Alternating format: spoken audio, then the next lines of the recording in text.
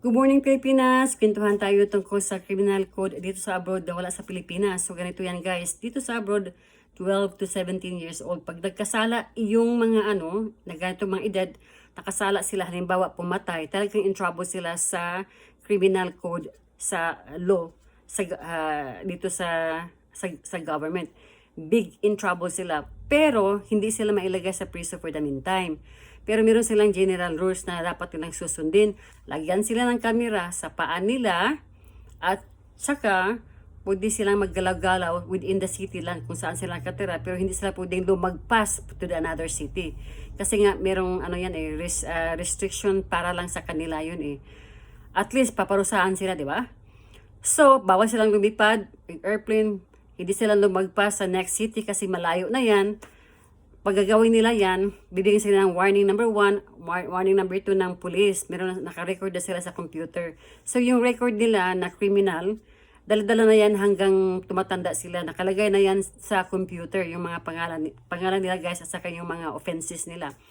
So, yan ang mga parusa. Ilagay sila sa rehabilitation at saka sa intervention para naman i-educate sila, para hindi sila maging worse pag nasa society lang sila kasama paggala-gala, para naman healthy yung society ba, na hindi sila gumagawa ulit ng kasamaan. So ang rehabilitation nila is every 1 week or once in a week, tapos bibisit sila doon at saka mag-report din sila sa center, sa community program.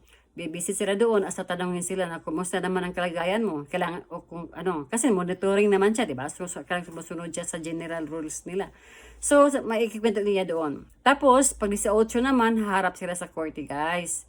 Yun ang the best dyan.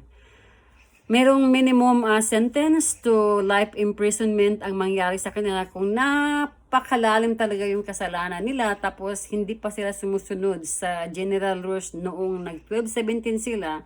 Ang dami mga restrictions, tapos hindi siya gumagawa ng maayos.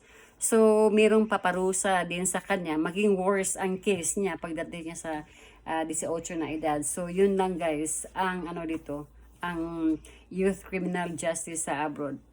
Salamat.